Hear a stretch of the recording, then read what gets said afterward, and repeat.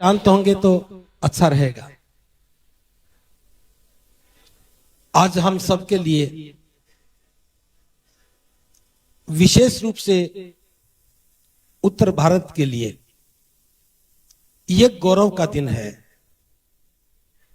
कि कोई भिक्षु अपने गृह त्याग के 50 वर्ष पूरे करके आज हमारे बीच में विराजित हैं।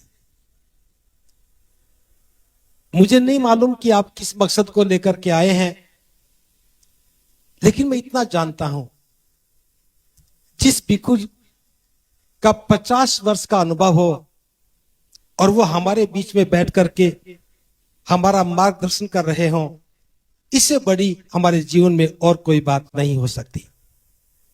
मैं तो आज धन्य समझता हूं अपने आप को। भदंत प्रज्ञा रश्मि जी का हमें सानिध्य मिला, आशीर्वाद मिला और हमें एक मार्गदर्शन मिला। आपसे भी इतना कहना चाहूंगा, देखिए भंते जी के जीवन के बारे में मैं क्या बताऊं, जो भी बताऊंगा बहुत कम होगा, क्योंकि 50 वर्ष का जीवन संघर्ष कोई सामान्य नहीं होता। आप समझ सकते हैं कि एक भिक्षु जीवन कितना कष्टदायक होता है, गृह त्याग करना कितना कष्टदायक होता है। और जब व्यक्ति उम्र के इस पड़ाव में पहुंच जाए, जिनकी उम्र 75 वर्ष हो जाए, तब उनकी जीवन की आवश्यकताएं भी बदल जाती हैं। आज भले ही हम भंते जी को सम्मान देने के लिए उनके गृह त्याग की 50वीं वर्षगांठ के अवसर पर आए हैं, लेकिन हमें सोचना चाहिए, जिस भिक्षु ने अपना सारा जीवन धम्म को गति देने के लिए, बाबा साहब के बौद्ध में भारत की परिसंकल्पना को साकार करने के लिए लगा दिया हो, क्या उन्हें देख करके हमारे मन में संकल्प जागृत नहीं होते? हमें भी संकल्पित होना चाहिए कि भदंत प्रज्ञा रश्मि जी जो इस मरुभूमि में, उत्तर भारत धम्म के रूप में मरुभूमि है, यहां धम्म नजर नहीं आता है, फिर भी इतना काम किया। हम जैसे जो अभी भिक्षु बने हैं, कोई ज्यादा समय नहीं हुआ है, हम उनसे बहुत प्रेरणा लेते हैं। आप उनके काम को देखते हैं, हम उनके प्रयासों को देखते हैं, हम उनके संघर्ष के जीवन को देखते हैं। परिणाम तो बाद में आते हैं, पहले तो प्रयास होते हैं। तो क्या आज के अवसर पर हमें कुछ और गहन मंथन नहीं करना चाहिए? मैं छोटी सी बात आपसे कहकर के बात को विराम दूंगा, क्योंकि बहुत सारे भिक्षु बैठे हैं। जब मेरी तवज्जो हुई, और मैं बता दूं कि मुझे भी अगर धम्म में आने की प्रेरणा अगर कहीं से मिली है तो अलीगढ़ से मिली।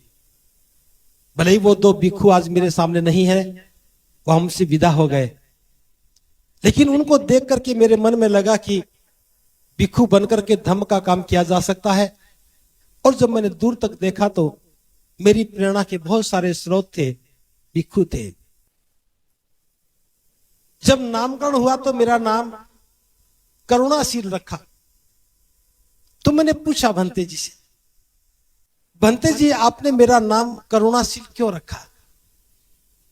उन्होंने कहा, जो आपका नाम कहा है, बताया है, वही आपको करना है। तो मुझे लगा कि करुणा के साथ जो काम करेंगे, शील संपन्नता से काम करेंगे तो धम्म गति करेगा। इस शब्द ने मुझे अनेकों बार मार्ग प्रशस्त किया। आज जो मैं एक बहुत ही ज्वलंत प्रश्न आपके बीच में रख रहा हूं, क्योंकि मैंने सबसे ज्यादा भिक्षु उत्तर प्रदेश में देखे या दिल्ली में देखे, हरियाणा में कोई भिक्षु था नहीं। लेकिन मैं जिस भी भिक्षु को देखता था वो उम्र में बहुत बुजुर्ग होते थे। अब तो फिर भी कुछ युवा भिक्षु दिखने लगे हैं, लेकिन निराशा जब होती थी, जब एक बुजुर्ग भिक्षु बीमारी की अवस्था में असहाय हो जाता था, तो उसके परिजन उन्हें घर ले जाते थे। और जितने भिक्षुओं को मैंने देखा है, अधिकतर भिक्षु अपने जीवन की अंतिम यात्रा अपने घर पे पूरी करते हैं। यह हमारे लिए बहुत दुखद बात है कि जिस भिक्षु ने गृह त्याग कर दिया हो और जीवन का अंतिम सांस वो अपने परिवार में ले, तो हम भिक्षुओं के लिए भी ये बात अच्छी नहीं थी। बहुत दिनों से ये विचार मन में था और मैंने अपने पवज आचार्य से भी पूछा था कि भंते जी आपको कहां मरना है, आपको तय करना चाहिए, लेकिन वो तय नहीं कर पाए। वो भी अपने जीवन का अंतिम सफर अपने परिवार में ही पूरा कर पाए। इस समस्या का अब एक समाधान निकाला है। आपके बहुत नजदीक ही अलीगढ़ है। अलीगढ़ में 17.5 बीघा जमीन खरीद ली गई है और जल्दी ही उसमें निर्माण होने वाला है। और जो सबसे पहला निर्माण होने वाला है वो है वृद्ध भिक्षु भिक्षुणी सेवा विहार। पूरे देश में कहीं पर भी कोई भिक्षु या भिक्षुणी वृद्ध अवस्था में बीमार होता है तो उसे घर आने की आवश्यकता नहीं होगी।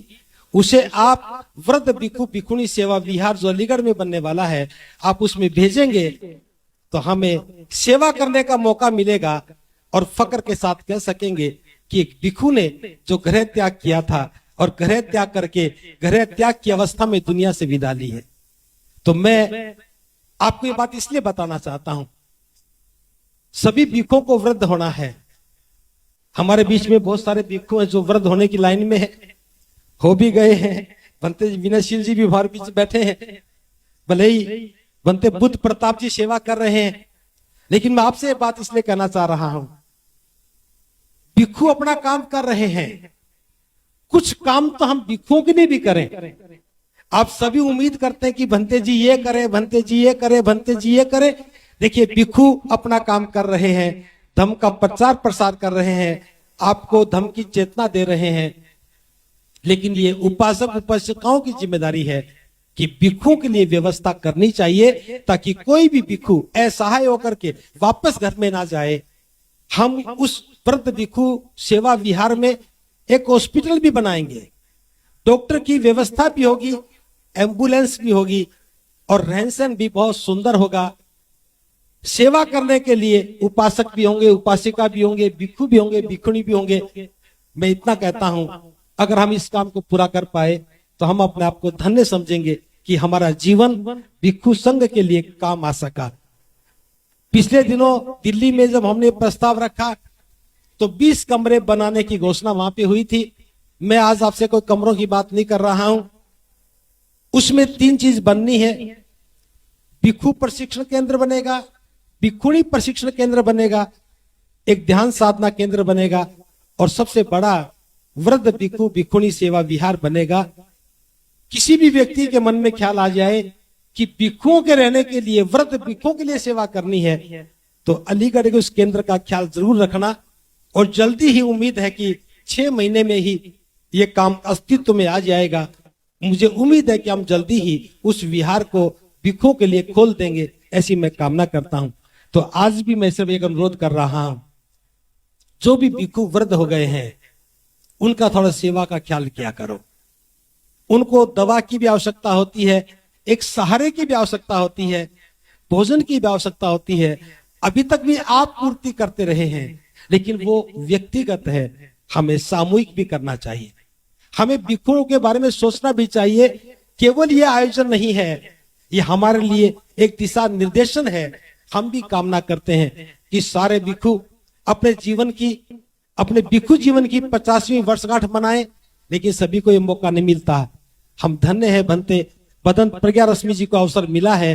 तो मैं कामना करता हूं कि उनका जीवन दीर्घायु हो, सुखद हो, निब्बान की प्राप्ति हो, महाकारुणिक बुद्ध की अनुकंपा निरंतर बनी रहे और इसी प्रकार से हमें भी वृद्ध भिक्षुओं का सानिध्य मिलता रहे। इन्हीं शब्दों के साथ मैं अपनी बात को विराम देता हूं। आप सबका मंगल हो। भवतु सब मंगल, भवतु सब।